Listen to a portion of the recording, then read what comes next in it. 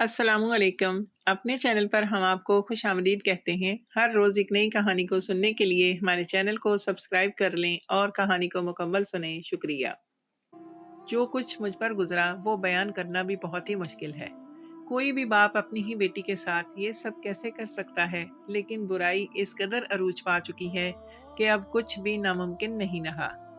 कहीं अपने घर में ही किसी लड़की की इज्जत महफूज नहीं है, तो कहीं मदरसों में इस्तेहसाल किया जाता है, कहीं स्कूल के टीचर्स बर्बाद करते हैं, तो कहीं शौहर भी इस अमल से बाज नहीं आता। मैं इन दो रिश्तों के हाथों बर्बाद हुई। जिन दो रिश्तों पर मुझे सबसे ज्यादा नाज था, जिन पर मैंने अपने आप से ज्यादा भरोसा किया था, एक लड़की के लिए सबसे ज्यादा काबिल भरोसा शख्स उसका बाप होता है, और फिर इसके बाद इसका शौहर। लेकिन इन दोनों ने ही बारी बारी वाला खेल खेला और मेरे साथ। रात के तकरीबन 12 बज रहे थे। मैं रोती पीटती अपने बाप के दरवाजे पर वापस पहुंच गई थी। जिस शख्स से मैंने बड़े अरमानों के साथ शादी की थी, जिसके साथ रुखसत होने के लिए मैं अपने बाप के खिलाफ खड़ी हुई थी, उस शख्स ने शादी की रात जो जुल्म मुझ पर ढाया था, मेरी कमर टूटकर रह गई थी। कुछ ही देर बाद मेरे बाप ने दरवाज़ा खोला और मुझे देखते ही सीने से लगा लिया। मैं फूट फूट कर रोने लगी और अपने बाप से माफ़ी मांगने लगी। अब्बा मुझे अंदर लेकर आए और कहने लगे, बेटी जो कुछ भी हुआ शायद इसी में खुदा की मर्जी होगी।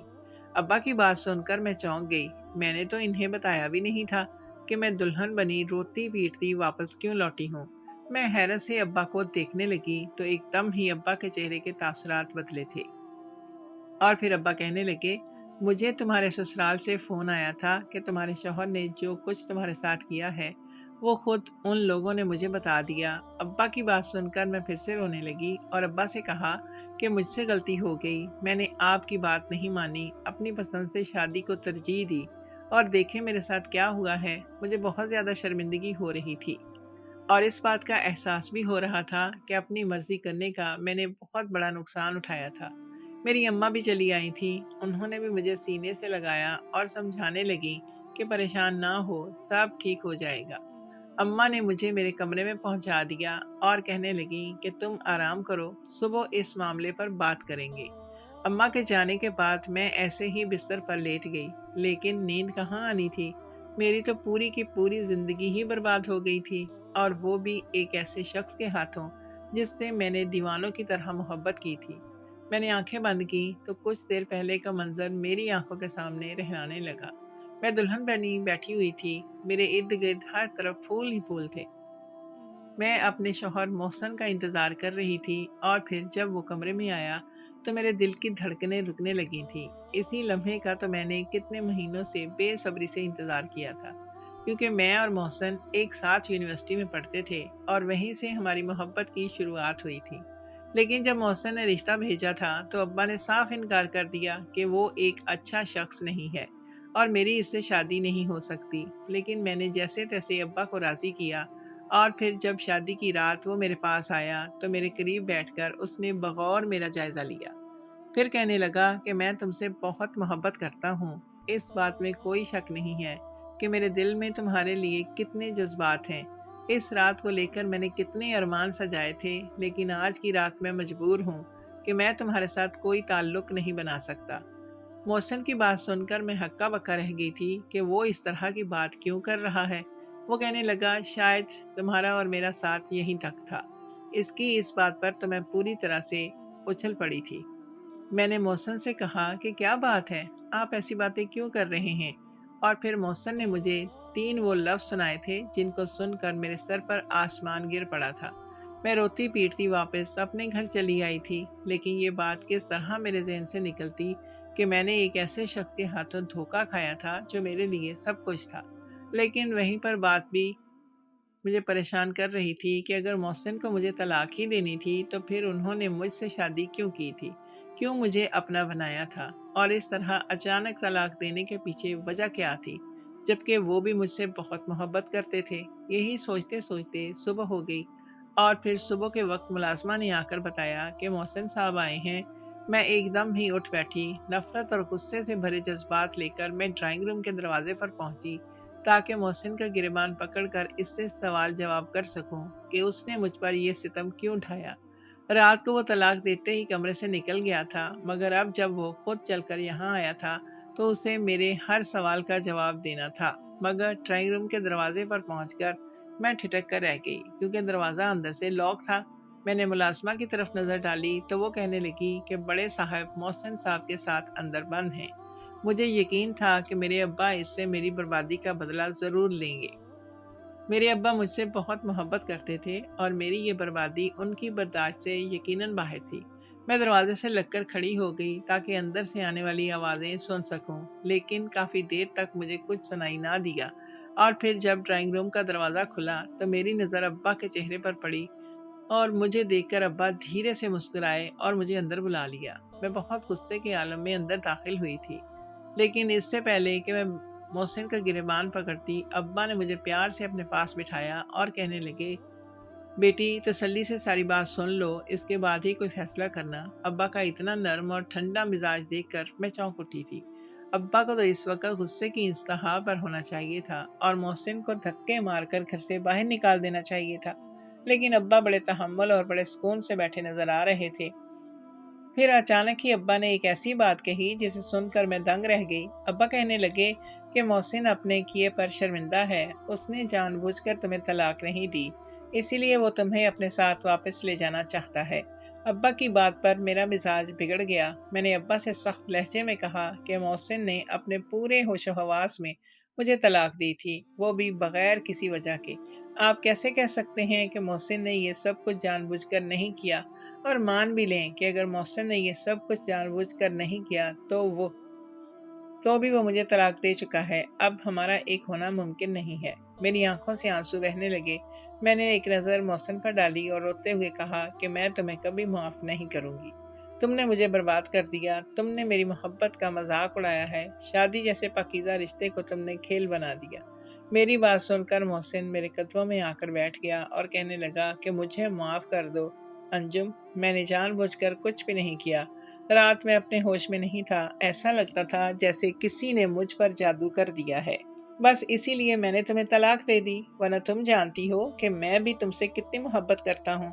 शायद किसी को हमारे रिश्ते से हसद हो गया था और इसी वजह से हमारा घर बर्बाद हुआ है। लेकिन अभी ये कोई बात भी नहीं जानता सिवाय मेरे घर वालों के। इसीलिए मैं तुम्हें इज्जत से वापस लेकर जाना चाहता हूँ। हमारे घर की बात घर में ही रह जाएगी और हमारा रिश्ता भी बर्बाद होने से बच जाएगा। मोहसिन की बात सुनकर मैं हक्का बक्का रह गई। उसकी आंखों में आंसू झिलमिला रहे थे। मैंने अब्बा की तरफ देखा तो वो कहने लगे कि मोहसिन ने मुझे बताया है कि कैसे वो खुद पर से काबू खो बैठा था। मुझे मोहसिन की बात पर यकीन है, इसने जानबूझकर तुम पर यह जुल्म नहीं ढाया है। इसलिए बेहतर यही है कि इस रिश्ते को दोबारा से खामोशी से कायम किया जाए, ताकि बदनामी से भी बच सकें और तुमसे हसद करने वाले और भी खाक हो जाएं। अब्बा और मोहसिन की बातों ने मुझे इस कदर कंफ्यूज कर दिया था कि मैं कभी मोहसिन को देखती और कभी अब्बा को। अब्बा कहने लगे कि अगर तुम चाहो तो सब कुछ मुमकिन है, बस तुम मोहसिन की मोहब्बत पर यकीन रखो। अब्बा की बातों ने मुझे बिल्कुल हैरान कर दिया था, क्योंकि पहले अब्बा इस शादी के लिए राजी नहीं थे। बार बार वो मुझे समझाते थे कि मोहसिन मेरे लिए ठीक नहीं है, और अब अब्बा खुद कह रहे थे कि मोहसिन ने मेरे साथ जानबूझकर ये ज्यादती नहीं की, बल्कि वो तो मुझे दोबारा इसके साथ भेजना चाहते थे। मैंने अब्बा से कहा कि अगर ये सब कुछ किसी के हसद या जादू का नतीजा है, तब भी मेरा मोहसिन के साथ वापस जाना मुमकिन नहीं है। आप कैसे मुझे वापस मोहसिन के साथ भेज सकते हैं? और फिर अब्बा ने मुझे एक ऐसा रास्ता बताया जिसे सुनकर मेरे सर पर आसमान गिर पड़ा। मैंने इनकार में सर हिलाया और कहा, अब्बा हलाला कोई मजाक नहीं है। मैं कैसे किसी और शख्स से निकाह कर सकती हूँ? अगर उसने मुझे तलाक देने से इनकार कर दिया तो फिर क्या होगा? अब्बा कहने लगे, उसका एक आसान सा हल है कि तुम्हारा हलाला किसी बाहर के इंसान से ना हो, बल्कि घर में ही हो जाए। अब की बार तो मैं और भी हैरान रह गई कि अब्बा कहना क्या चाह रहे हैं। हमारे घर में तो कोई ऐसा नहीं था कि जिसके साथ मेरा निकाह हो सकता। और फिर जो कुछ मोहसिन ने कहा वो सुनकर मैं शर्म से पानी पानी हो गई। वो कहने लगा कि बस वक्ती तौर पर हलाला ही तो करना है, तो फिर क्यों ना तुम्हारे अब्बा के साथ ही तुम्हारा हलाला करवा दिया जाए। मुझे लगा कि मोहसिन की ज़हनी हालत ठीक नहीं है। पहले उसने मुझे तलाक दी और अब वो इस कदर फजूल बात कर रहा था। मैंने अब्बा की तरफ देखा, जिन्हें इस बात पर इसका मुंह तोड़ जवाब देना चाहिए था, लेकिन अब्बा इसकी हाँ में हाँ मिलाते रहे। कहने लगे, मोहसिन ठीक कह रहा है, बस निकाह करके तलाक ही तो देनी है, फिर तुम वापस मोहसिन के निकाह में चली जाना। कुछ देर तो मैं कुछ देर तो मैं पसोपुश से काम ले रही थी, मैं लेकिन जब मोहसिन ने रो धोकर मुझे अपनी मोहब्बत का यकीन दिलाया और अब्बा ने भी मुझे समझाया कि मेरे लिए इस शादी को कायम रखना कितना ज़रूरी है, तो मैं मान गई। मेरे अब्बा ने दो लोगों की मौजूदगी में ही मुझसे निकाह किया और फिर खुद ही कुछ देर में मुझे तलाक दे दी और मेरा और मोहसिन का निकाह पढ़ाकर मुझे मोहसिन के साथ भेज दिया। मेरा मोहसिन से दोबारा रिश्ता तो जुड़ गया था, लेकिन न जाने क्या बात थी कि दिल नहीं जुड़ सका था। जो कुछ वो कर चुका था, उसके बाद दोबारा इसके लिए दिल में मोहब्बत जैसे जज्बात पैदा होना नामुमकिन हो चुका था। मोहसिन मुझे मोहसिन मुझे इज्जत के साथ दोबारा अपने घर लाया था और फिर उसने मुझसे ताल्लुक़ कायम कर लिया था, लेकिन इस सब में कहीं न कहीं मैंने खुद को खो दिया था। मैं बिल्कुल खामोश होकर रह गई थी। मोहसिन हर तरह से मेरा ख्याल रख रहा था, लेकिन अब मुझे ऐसा लगता था जैसे ये सब कुछ दिखावा हो। ये डर मेरे दिल में बैठ गया था कि वो दोबारा भी मेरे साथ वही सब कुछ कर सकता है जो पहले कर चुका है। कुछ ही दिन हमारी शादी को गुजरे थे कि मैंने एक अजीब सी तब्दीली देखी। मोहसिन, जो एक मिडिल क्लास घर से था, इसके पास काफ़ी पैसा आ गया था। उसने नई गाड़ी खरीद ली थी और पिछले कुछ दिनों से वो नया घर लेने की बातें कर रहा था। उसके पास इतना पैसा कहाँ से आया था, ये बात मुझे समझ नहीं आ रही थी। फिर एक दिन वो दफ्तर से लौटा तो कहने लगा कि मैंने ज़मीन पसंद कर ली है, अब बस इसे खरीदने के लिए पैसे चाहिए। मैंने कहा, परेशान ना हो, हम दोनों मिलकर पैसे जोड़ते हैं, चंद ही दिनों में पैसे जमा हो जाएंगे। वो मेरी तरफ देखकर मुस्कुराया और कहने लगा कि इतनी मेहनत करने की क्या ज़रूरत है, जब आसानी से भी ये काम हो सकता है। उसकी बात मुझे समझ नहीं आई थी, लेकिन फिर इसी रात मोहसिन ने अचानक ही मुझे एक दफ़ा फिर तलाक थमा दी। मैं कमरे में सोने के लिए बिस्तर सेट कर रही थी जब वो अपनी माँ के कमरे से मेरे पास आया और आते ही कहने लगा कि अंजम, मैं तुम्हें तलाक देता हूँ। इसकी बात सुनकर मैं हक्का बक्का सी रह गई और उसे देखती रह गई। कुछ ही देर पहले तक इसका मिजाज बिल्कुल ठीक था, अब फिर अचानक उसे क्या हुआ था। मुझे लगा कि मेरी सास ने शायद कोई पट्टी पढ़ाई है। मैंने अपना सामान उठाया और एक दफ़ा फिर रोती पीटती वापस अपने मैके चली गई। इस बार भी मेरे बाप ने दरवाज़ा खोला था और मुझे सीने से लगा लिया था और मुझे सब्र करने का कह रहे थे। सारी रात मेरे रोते हुए गुजरी और सुबह एक दफ़ा फिर मोहसिन हमारे घर चला आया। अब्बा इसके साथ ड्राइंग रूम में बंद हो गए। इन दोनों के दरमियान काफ़ी देर तक कुछ चलता रहा। फिर अब्बा ने मुझे बुलाया और एक दफ़ा फिर मोहसिन ने मुझसे माफ़ी मांगी। वो कहने लगा कि मैं बहुत गुस्से में था, परेशान था, मुझे ज़मीन के लिए पैसे चाहिए थे। बस मैं इन्हीं मसलों में उलझा हुआ था कि तुम पर अपनी परेशानी की वजह से ये जुल्म कर बैठा। मैंने जानबूझकर कुछ नहीं किया। न जाने मुझ पर ऐसी कौन सी चीज़ हावी हो जाती है कि मेरी ज़ुबान से वो अल्फाज निकल जाते हैं जिनका मैं तसव्वुर भी नहीं कर सकता। मोहसिन मेरे कदमों में आकर बैठा तो मैंने इसे धक्का देकर पीछे हटाया और कहा, अब दोबारा मैं तुम्हारे साथ नहीं जाऊंगी। मुझे तुम पर बिल्कुल भी भरोसा नहीं है। लेकिन अब्बा ने फिर मुझे समझाना शुरू किया। कहने लगे कि औरत को घर बसाने के लिए कुर्बानी देनी पड़ती है। इस माशरे में तलाक याफ्ता औरत को कोई बर्दाश्त नहीं करता। सब तुम्हारे ही किरदार पर कीचड़ उछालेंगे, सब तुम्हें बुरा भला कहेंगे। सारी जिंदगी बाप की दहलीज पर बैठने से अच्छा है कि अपने शौहर के साथ समझौता कर लो। वैसे भी मोहसिन तुमसे मोहब्बत करता है। मैंने गुस्से में अब्बा को देखा और कहा कि आप ही तो कहते थे कि मोहसिन अच्छा इंसान नहीं है। अब जब मुझे इस बात पर यकीन आ गया है तो आप क्यों मुझे इसके साथ जाने पर मजबूर कर रहे हैं, जबकि वो मुझे फिर तलाक दे चुका है। अब्बा कहने लगे कि जब मैंने तुम्हें रोका था तब तुम्हें ये बात समझ नहीं आई थी, मगर अब मेरी मजबूरी है कि मैं तुम्हें इस घर में मजीद नहीं रख सकता। मैं नहीं चाहता कि तुम दुनिया के तंज और तानों का शिकार हो, इसलिए एक दफ़ा फिर मैं तुम्हें मोहसिन के साथ वापस जाने का कहूँगा, और अगर तुमने मेरी बात ना मानी तो मैं तुम्हारी माँ को छोड़ दूंगा। तुम अपनी माँ के साथ इस घर में तन्हा रहना, क्योंकि मुझ में इतनी हिम्मत नहीं है कि ज़माने का सामना कर सकूं, ये रुसवाई, ये जिल्लत बर्दाश्त कर सकूं कि मेरी इकलौती बेटी को तलाक हो गई है। अब्बा ने बिल्कुल अजीब सी बात कह दी थी। वो अपने और अम्मा के रिश्ते को दरमियान में ले आए थे और मैं हक्का बक्का सी रह गई थी। अब्बा ने मुझे इस कदर मजबूर किया कि एक दफ़ा फिर मैं मोहसिन से रिश्ता जोड़कर इसके घर पहुंच गई थी, लेकिन उसके लिए मुझे अपने बाप के साथ हलाला करना पड़ा था, और वो ये बात थी जिसने मुझे शर्म से ज़मीन में गिरने पर मजबूर कर दिया। मुझे लगता था कि मैं कभी खुद को आईने में देख नहीं सकूंगी, अपनी माँ से नज़र नहीं मिला सकूंगी, मैं कैसे अपनी ही माँ के शौहर के साथ हलाला कर सकती थी। लेकिन हैरत तो मुझे इस बात पर थी कि इन सब बातों पर मेरी माँ को भी कोई एतराज़ नहीं था। वो भी मेरे बाप का भरपूर साथ दे रही थी और मुझे ही समझा रही थी कि मेरे लिए ये रिश्ता संभालना कितना ज़रूरी है, जबकि मुझे लगता था कि अगर मैं मोहसिन से अलग हो जाऊं तो भी मेरी ज़िंदगी बर्बाद नहीं होगी। मैं एक पढ़ी लिखी काबिल लड़की थी, खूबसूरत थी, मुझे तो कोई भी शख्स मिल सकता था। फिर मेरे बाप को मोहसिन में ऐसी कौन सी खूबी नज़र आ गई थी कि वो ज़बरदस्ती मुझे ये रिश्ता निभाने पर मजबूर कर रहे थे। मैं अपने आप में इस कदर उलझ गई थी कि इर्द-गिर्द का होश भी नहीं रहा था। मैं एक बार फिर मोहसिन के साथ अपने मुर्दा रिश्ते को जीने की कोशिश कर रही थी और मोहसिन की तो खुशी ही अलग थी, क्योंकि वो ज़मीन खरीद चुका था और अब इस पर कंस्ट्रक्शन शुरू हो गई थी। मुझे समझ नहीं आ रहा था कि मोहसिन के पास ये पैसा कहाँ से आ रहा है। अगर वो इस पैसे के लिए इतना ही परेशान था कि उसने दबाव में आकर मुझे तलाक दे दी, तो फिर मेरे वापस आते ही इसके पास कितना पैसा कैसे आ गया था। मौसम के बदलते हुए हालात मेरे सामने थे, लेकिन ऐसा कोई जरिया मेरे सामने नहीं था। आज उसकी वजह से इसके हालात बदल रहे थे। यही बात मुझे परेशान कर रही थी। कभी कभी तो मुझे लगता था कि मेरा शौहर कोई गैर कानूनी या नाजायज़ काम कर रहा है, क्योंकि हलाल कमाई से कोई इंसान इतनी जल्दी तरक्की की सीढ़ियां नहीं चढ़ता जितनी जल्दी मेरे शौहर ने अरूज हासिल करना शुरू कर दिया था। मैं ये सोचकर हर वक़्त परेशान रहती। कभी-कभी तो मुझे इस कदर रोना आता कि मैं सारा-सारा दिन घर के किसी न किसी कोने में बैठकर आँसू बहाती। लेकिन मोहसिन को मेरी हालत पर रहम नहीं आया, ना उसे कोई परवाह थी। वो तो बस अपनी तरक्की को एन्जॉय कर रहा था। सारा वक़्त अपने घर की कंस्ट्रक्शन को लेकर बातें करता कि घर ऐसा बनाऊँगा, ये रखूँगा, बहन की शादी धूम-धाम से करूँगा, अम्मा को लेकर उम्रे पर जाऊँगा, वग़ैरह-वग़ैरह। इसकी अपनी ज़िंदगी, अपने मंसूबे थे, जिसमें शायद मेरा होना या ना होना बराबर था।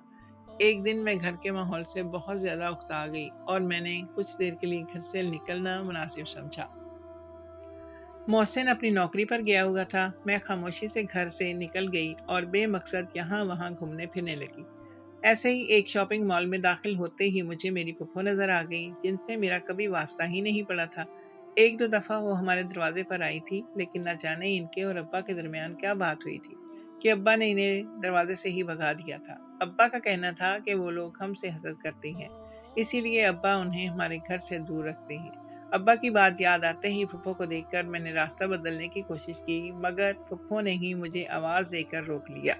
कहने लगी, अंजम मेरी बेटी, मेरी बात तो सुनो, तुम कैसी हो? वो एकदम ही मेरे गले लग गई। उनकी आंखों में आंसू झिलमिलाने लगे। वो मेरी खैर खैरियत पूछने लगी। मैं फुफ्फो से मिलकर अपने जज्बात पर काबू ना रख सकी और फूट फूट कर रोने लगी। शायद मुझे किसी सहारे की तलाश थी, कोई ऐसा शख्स जिससे मैं अपने दिल की परेशानी, अपनी हालत बयान कर सकूं। और ऐसे में फुफ्फो का मिलना और मेरे लिए जज्बाती होना मेरे दिल को खोल गया। मैंने फुप्पो को ना चाहते हुए भी हर बात बता दी, शुरू से आखिर तक। सारी बात और सब कुछ सुनकर फुप्पो का मुंह खुले का खुला ही रह गया। कहने लगी, मैं इस जालिम इंसान से तुम्हें बचाना चाहती थी, इसीलिए बार बार तुम्हारे दरवाजे पर आती थी, लेकिन वो शख्स हमेशा मुझे भगा देता था। तुम्हारा बाप इस काबिल ही नहीं था कि तुम्हें इसके साथ छोड़ा जाता, लेकिन तुम्हारी माँ ने ज़बरदस्ती तुम्हें हमसे छीना और तुम्हारी ज़िंदगी बर्बाद कर दी। फुप्पो की बात सुनकर मैं ना समझी से उनकी तरफ देखने लगी, तो वो कहने लगी, तुम्हारी माँ ने तुम्हारे सगे बाप से तलाक ली थी और वो ज़ोर ज़बरदस्ती से तुम्हें अपने साथ ले गई थी, क्योंकि इसका चक्कर तुम्हारे सौतेले बाप के साथ चल गया था। तुम्हारी माँ को तुमने कोई दिलचस्पी तुम्हारी माँ को तुमसे कोई दिलचस्पी नहीं थी। तुम्हें इसलिए अपने साथ ले गई थी ताकि वो सब के लिए तुम्हारे ज़रिए तुम्हारे सगे बाप की जायदाद को हासिल कर सके। हमने बहुत दफ़ा कोशिश की कि तुम्हें वापस ले लें ताकि तुम्हारी अच्छी तरबियत हो सके, तुम्हारी ज़िंदगी में कोई गम ना आए, लेकिन तुम्हारी माँ ने तुम्हें हमारे हवाले ना किया। तुम्हारा सगा बाप सारी ज़िंदगी तुम्हारे लिए एड़ियाँ रगड़ता रहा और मरते वक्त भी वो तुम्हारी मोहब्बत में अपनी सारी जायदाद तुम्हारे नाम कर गया। जब वकील ने वसीयत के कागजात खोले तो पता चला कि वो जायदाद तुम्हारी शादी होने के बाद तुम्हें मिलनी थी। ये फैसला तुम्हारे बाप ने इसलिए किया था ताकि तुम्हारी माँ और तुम्हारा सतीला बाप तुम्हारी जायदाद को हड़प ना कर लें।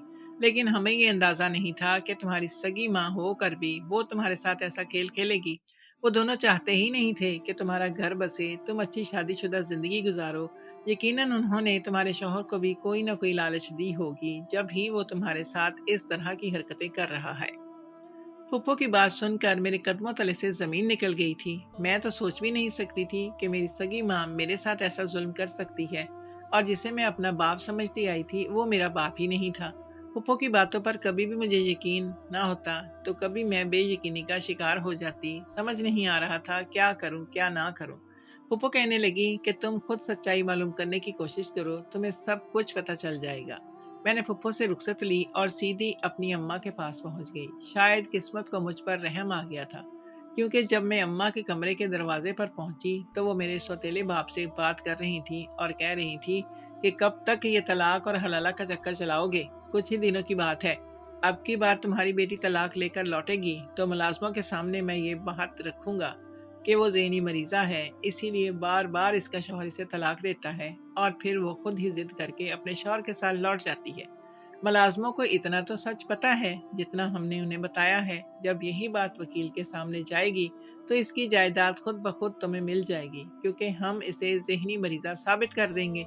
इसका बेवकूफ़ शौहर तो कुछ लाखों में ही इसे तलाक दे देता है, इसीलिए इसे ठिकाने लगाना इतना मुश्किल नहीं है। अब की बार वो लौटेगी तो हम इसे वापस नहीं भेजेंगे, बल्कि इसे नफसियाती मरीज साबित कर देंगे, बल्कि शायद साबित करने की ज़रूरत ही ना पड़े, और वो इस तलाक और हलाले के चक्कर से पहले ही ज़हनी मरीज़ा हो चुकी है।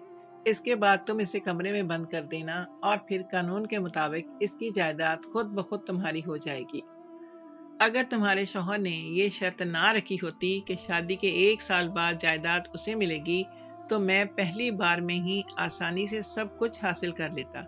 लेकिन तुम्हारे शौहर ने मरते मरते भी हमें इस मुश्किल में फंसा दिया है।